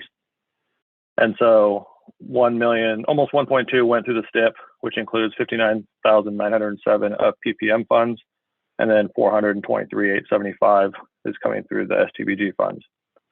And so at the March TAC meeting, the TAC discussed ways to distribute this, and they felt that a formula distribution would be better than a competitive. So that was taken to the board in April, where the board, approved that and then gave it back to staff to work with the TAC to develop an actual formula distribution. And so in April, the TAC meeting, staff developed various scenarios. All were based on a 50-50 split between population and centerline miles. And then a base amount was added to each scenario so that Point Arena would have some funds available to them. And so additionally, the scenarios were also further broken down by hopefully allocating only one funding source to each agency where it's possible. And so the TAC chose to go with what we're calling scenario 2G, which is what you'll see in the staff report as well as the resolution. And so every agency aside from the county gets one funding source. The county has about a 60-40 split of their funds between the two, with about 600,000 in STIP funds. And so from this, the CTC developed some guidelines for both their STIP program, their STIP portion of the funds, as well as their CRISA program. And both were on quite an accelerated timeline to get some money approved if agencies want to put funds in either fiscal year 2021 or 21-22.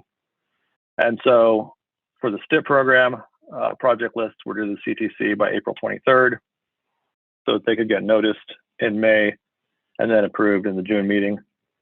The STBG portion of the funding was not on quite as an accelerated timeline. However, MCOG did submit a project list for that program to the CTC on the 23rd of April. None of the agencies wanted to put any of their STIP funds into either fiscal year 2021 or 21-22 at this time. There will be another chance to do so later on in this year for a mid-cycle STIP amendment, or when we do the RTIP process later on in the fall. And so the city of Point Arena wants to use their $105,365.28 to put towards their LPP project, which is the reconstruction of Mill Street to fix their sidewalk, drainage, and asphalt. And so before you is a resolution formally adopting the tax recommendation for scenario 2G. Are there any questions? I'll just add that although we did submit just the partial list of the CRISA funded projects to the CTC, that only included the City of Point Arena's project, and it has the CTC won't take action on it until the end of this month. So if the board did choose to do something different, and we still have the opportunity to pull that from the CTC agenda if needed. Thanks. Not seeing any questions. Would someone like to make a motion? Well, obviously, I'll make that motion. Requesting approval, I guess, would be, correct me if I'm wrong, motion to adopt resolution number M2021-02, approval of the fund distribution formula for coronavirus response and relief supplemental appropriations act funds, or CRISA for short.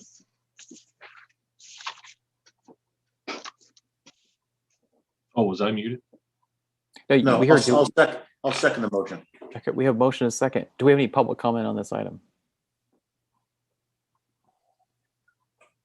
Not seeing it. Can we have a roll call? Director Brown? Yes. Connie? Yes. Ignacio? Yes. Housecheck? Yes. Jackman? Yes. Sturdy? Yes. Great.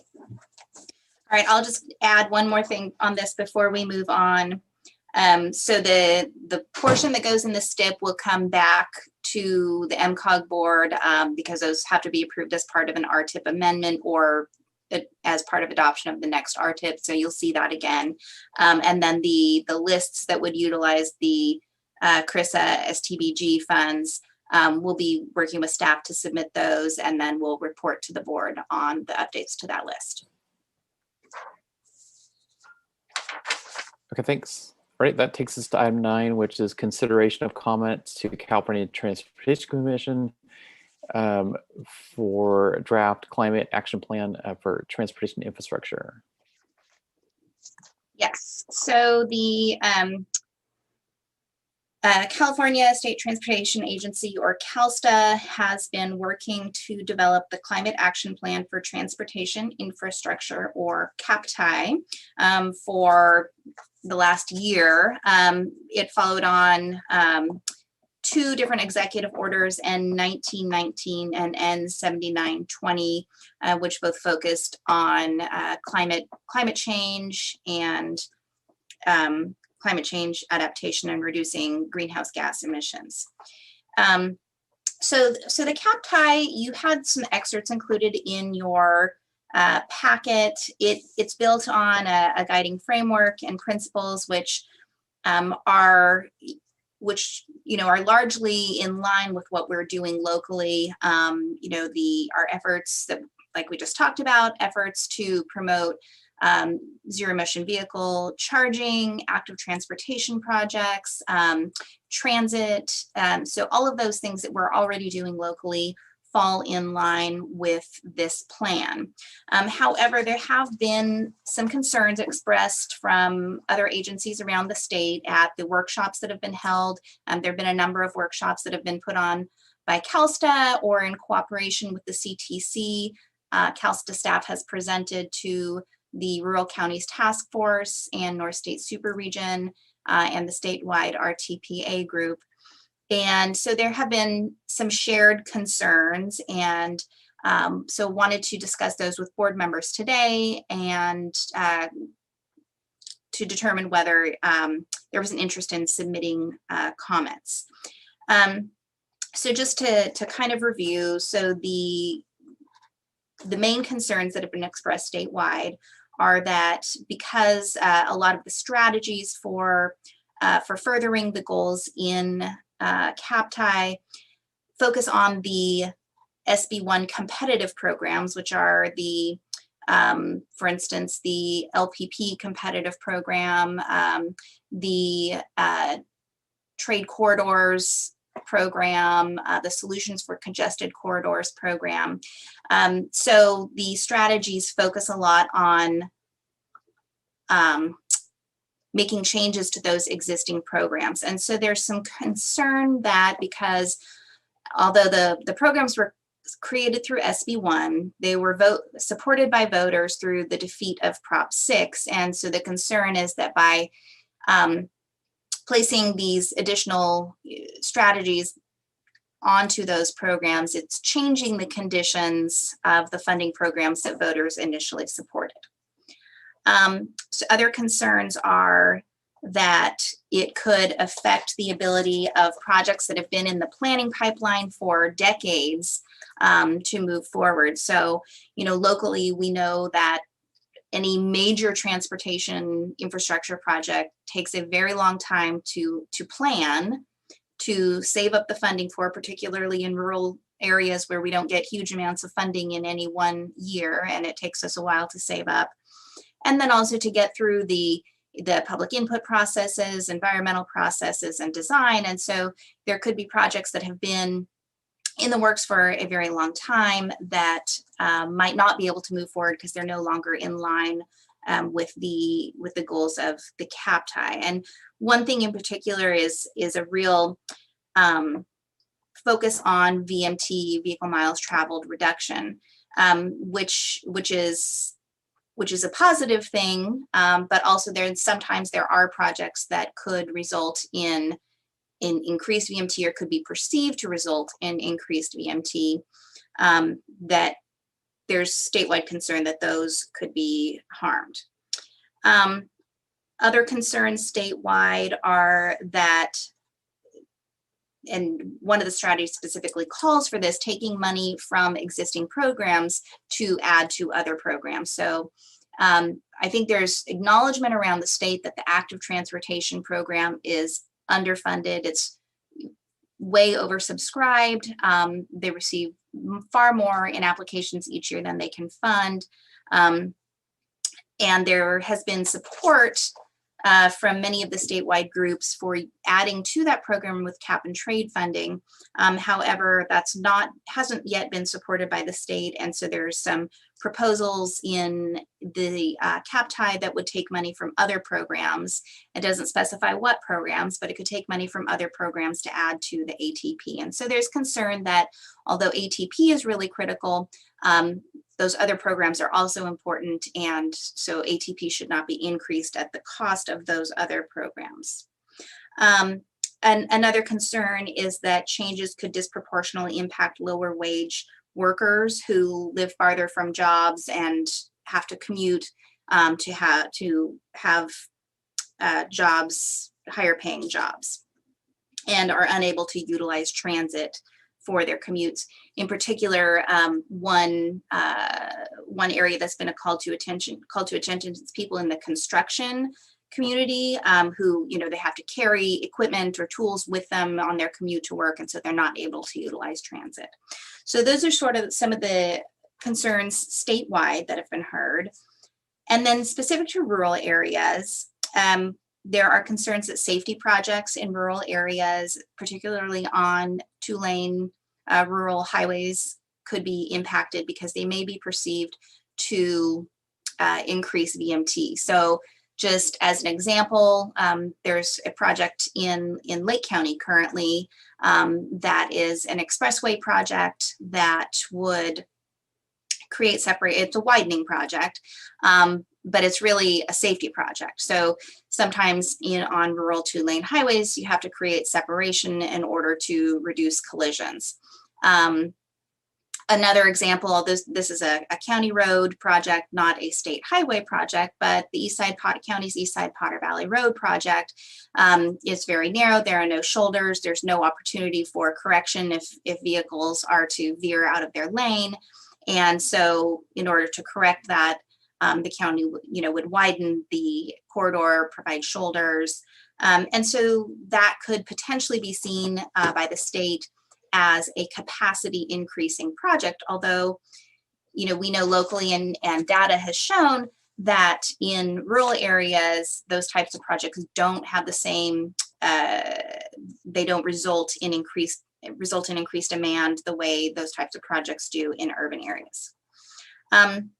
Another concern is that a greater focus on vehicle miles traveled and reducing vehicle miles traveled and infill will make it even harder for the rural communities and rural regions to compete in the competitive SB1 projects, where we have less ability to create mode shift. Because we're rural, we receive less formula funding from state and federal sources, and so we are more reliant on competitive programs like the Active Transportation Program. And so we want to be able to continue to compete in those programs. And so concerned that this could affect our ability to compete. And then there are also some calls in the strategies for use of development and use of indexes. And so there's concern that indexes in the past have not worked well for the rural agencies, specifically the CalEnviroscreen, which is used to determine disadvantaged communities, but it looks at air quality. And so many of our most disadvantaged communities in Mendocino County cannot be considered disadvantaged when that particular index is used because they have clean air. So those are some of the most common concerns that have been heard around the state. So a lot of times when we work on comment letters or letters of support, we just do them at a staff level and submit them. However, this plan, I think, is just in terms of long-term impact, it could be considerable, as it will I think, steer in investment in state infrastructure over the next several years. And so that's why I did want to bring it to the board for comment. There's a May 19th, I believe, deadline for comments. And so I'd like to hear feedback today. I know it's been a long meeting, and so I don't know if there's an interest in going through the strategies one by one for discussion. I'll leave that up to board members, or if you have questions. But as far as action today, I think the options would be to make specific comments that I can then incorporate into a letter, or I could work with Chair Jurdy to craft a letter for signature. So are there any questions, or is there interest in going through the strategies in the CAPTI one by one? I have a question, Nafili. Sometimes I know that the state will create like a working group, and they'll get some rural representation, suburban and urban. Do you know if there's some kind of working group like that being set up where you guys could go into greater detail? As far as I know, there has not been a working group set up specific to CAPTI. I think what they've been doing, rather than a working group, well, they do have representatives from different agencies involved in it, but not no rural agencies. But they have been reaching out to like Rural Counties Task Force for comment. So I think that's, rather than a working group, I think that's been their solution so far. There is actually specific mention in the strategies about developing, or I don't know.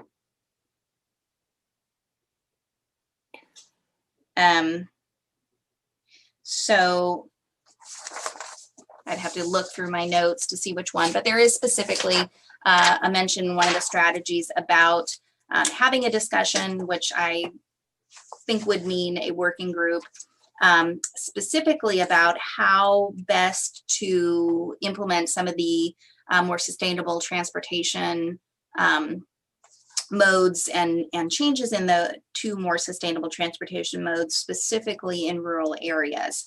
And then there's also a discussion about creating a groups to look at equity. And I think that equity, when they're talking about equity, you know, one of my comments would be that rural versus urban needs to be one of the factors that's considered when they are looking at equity.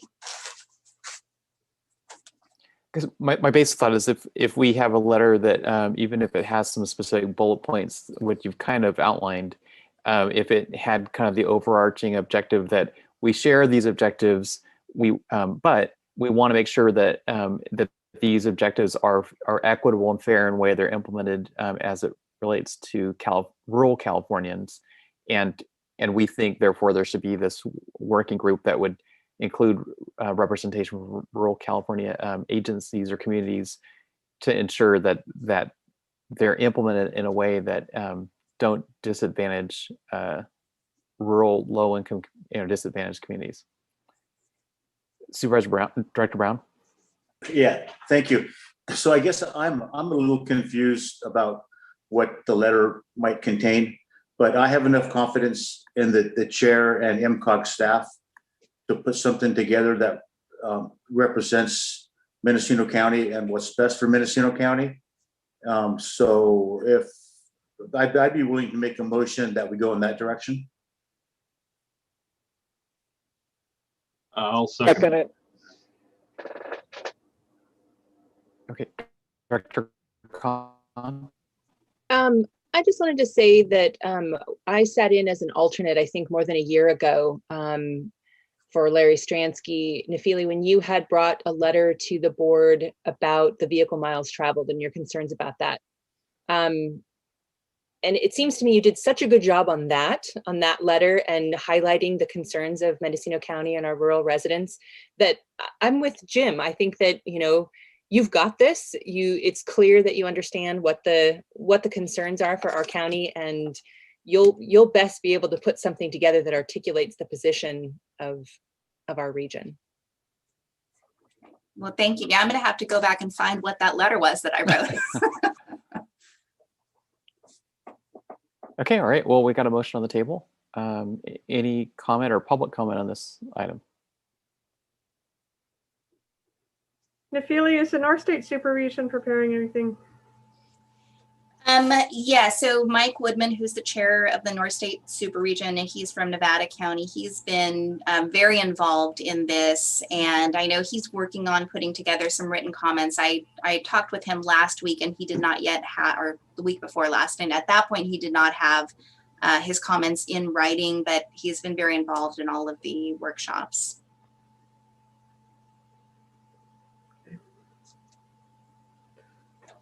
I mean, it seems like we share a lot of the same Right, concerns, no you know, the rural counties and the North State Super Region, and, you know, we can join a larger group on a lot of these issues.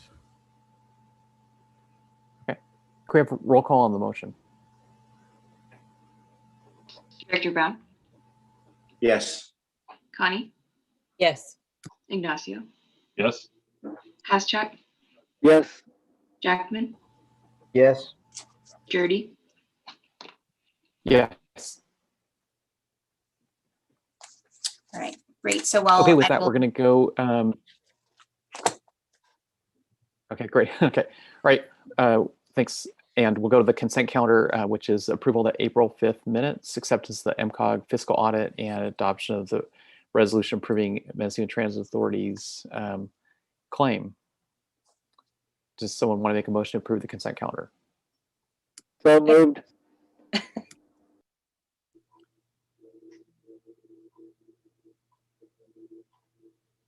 I so move. Okay. Second. Okay, we've got a motion and a second for the great city of Willits. Can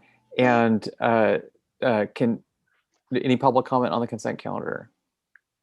The only thing we should probably state is that the resolution will actually be numbered -03 for the record. Okay. Can we have roll call? Director Brown, Yes. Connie, Yes. Ignacio, Yes. Haschak, Yes. Jackman, Yes. Jurdy. Yes. Okay, we're going to recess as the Policy Advisory Committee, reconvene as the Regional Transportation Planning Agency. Do we have a motion to ratify the actions of the Policy Advisory Committee? So moved. Second. Okay, we got a motion and a second. All those in favor? I guess we have to have a roll call.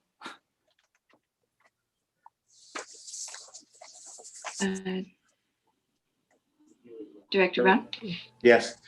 Connie, Yes. Ignacio, Yes. Haschak, Yes. Jurdy. Yes. Okay, that takes us to reports. Reports, Caltrans. Hi, everybody.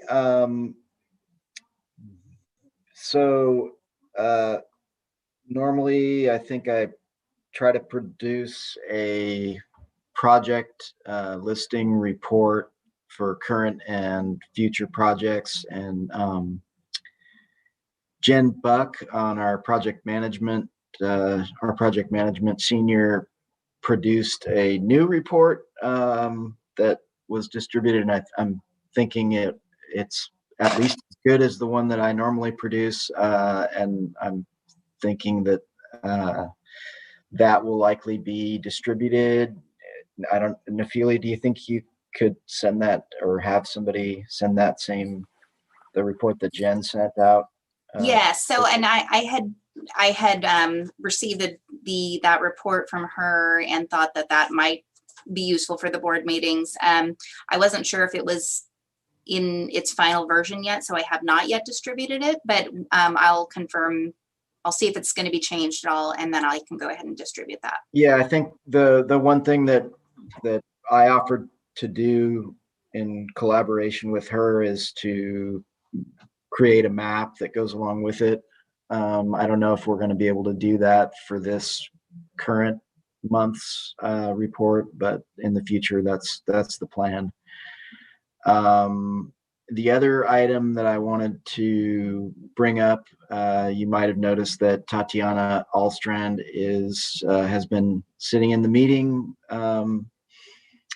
She was recently promoted to senior transportation planner, and we have kind of an interim organization where she is covering the South counties. Basically, she has kind of stepped into my previous role, and I'm currently covering the North counties in District 1. Again, that's kind of an interim situation, and that's why, well, part of the reason that I was still voting is kind of giving her the opportunity to step in, but most likely for the next meeting, she'll be in my traditional position. We are in the process of working with staff to make some changes in our roles and responsibilities and moving certain staff members around, to be determined, the details. But I just wanted to bring that up and let everybody know that that's what we're doing, at least. Most likely that arrangement with Tatiana covering those two, the South counties, will be for a couple months, possibly less time than that, depending on how quickly we're able to work out the details of who's doing what. I guess those details, stay tuned for that. If anybody has any questions, I know you didn't really get an actual table with the project status update. And there was one other item. Folks were asking again for the latest news on the Blosser Lane project in Willits, and I was hoping to receive information or the latest information about that today. I've been checking my email since I sent out the request. I haven't seen anything, but we're also in the middle of a little bit of an email storm, which sometimes happens where our inbox gets inundated with a zillion emails from people all over the state. And it's something that we try to ignore, but it gets in the way of actually seeing important things sometimes. But if there are any questions or comments, or anybody has any questions for Tatiana, I'll put her on the spot momentarily or briefly. Yeah, thanks, Rex. I'm really excited about my new role, and yeah, looking forward to working with you guys. Just so you know, I've been attending the MCOG TAC meetings for the last several years, so I'm familiar with what's going on. But yeah, looking forward to working with you. And as you can see, my full name's Tatiana, but a lot of people call me Tasha, so I respond to either. But yeah, if you need anything, definitely feel free to reach out, and I can try to get answers back. So thank you. All right. Well, welcome, Tasha, and congratulations. Thank you so much. Thanks for that update. Okay. You're welcome. All right. Well, then Let you that guys move takes along. us. Go ahead. Sorry. All right. Well, that takes us to Mendocino Transit Authority. I don't know if Jacob is on the call. I am, thank you. So MTA's mission right now is to restore routes that got taken down quite a bit because of the COVID-19. We've also have on order 2 electric cutaways, all electric. There are mid-size vehicles. We're going to be using the first 2 that were purchased through the VW mitigation funds up in Willits. We also have applied to the FTA 5339 program for 3 more of the cutaways to be used throughout our county. And we have another 5339 program for a 35-foot all-electric coach. So we're moving towards the all electric and get away from the fossil fuels. That's it. Thanks, Jacob, for the update. Okay. Is there any news with North Coast Rail Authority? No, there's not really. We went to quarterly meetings, so we haven't had a meeting in a couple months, and you know, we're just looking for the transition to the trail, the Great Redwood Trail Agency. So that's what's happening. All right. Thanks, Director Hashak. We have MCOG's staff executive summary of meetings. Anything you want to highlight there, or go on to administrative report? Nothing to highlight. We can go on to the administrative report unless there are questions on that. Okay, not seeing any. Okay. I do have one miscellaneous item that I wanted to report. We received a request for support from Transportation California for a proposal of one-time funding from the state's, I think that everybody's heard about at this point, the state's surplus of general fund and American Rescue Plan or resource plan, American Resource Plan funding. Sorry. So Transportation California has put together a proposal of one-time funding infusion of around $6 billion to go into all of the major transportation programs in the state, including the active transportation program. That would the proposal is to add $2 billion to that. Sustainable Communities Block Grant Program, that's the STBG funding that goes to cities and counties. The Highway Bridge Program, which we recently talked about the lack of funding for. Trade corridors, solution for congested corridors, the STIP program, which flows through MCOG and we use for local agency projects, the Highway Safety Improvement Program, State and Local Transportation Adaptation Program, so it would be for climate change adaptation, Research for Climate Change, Transportation and Housing, Infill Infrastructure Grant Program, and zero emission vehicle charging infrastructure. So a pretty wide range of transportation funding programs. And so we did go ahead and offer support. It seems like a pretty balanced program, and infrastructure is a good use of one-time funding. You know, sometimes it's harder to create programs with one-time funding. But infrastructure projects seem an appropriate use for that. And so that'll be moving, that'll be good. The proposal will be going forward, and hopefully something will come out of it. It actually was initiated because of a suggestion by a CTC member when the CTC was taking action on the active transportation program and saw how much demand there was for the programs, and thought that this would be a good opportunity to do something about it. Okay, well, thanks for the update, Feeling. I guess if no other questions, we're ready to go to planning staff. Yes. Thank you. You have my report before you on the RTP. And I won't read the staff report. I just want to give you an update on how we're doing on outreach, on trying to generate some public interest to come to our website and take the survey and look at our mapping tools. I have an update to the numbers that I put in the staff report. As of today, we have received, we've had 75 unique or different stakeholders interact with our website. We've received 39 written comments, 68 survey responses, and 26 budget responses. And I've also received a few comments by email.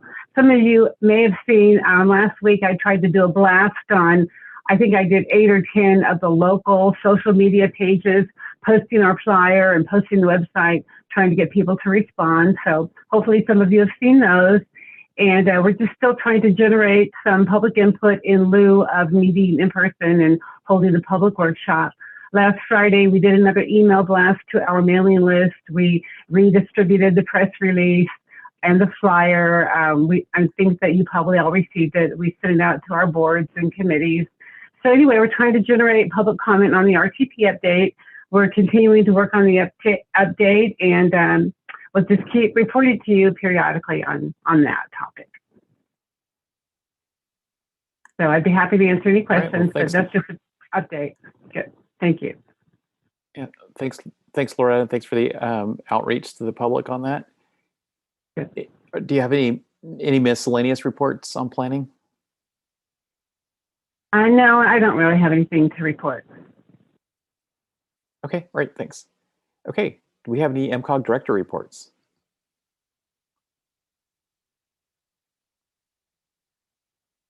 Looks like none today.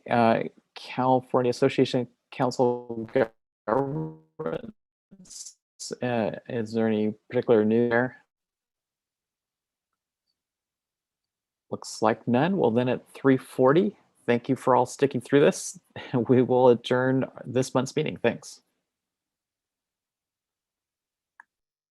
Thank you, everyone. Thank you. Thank you.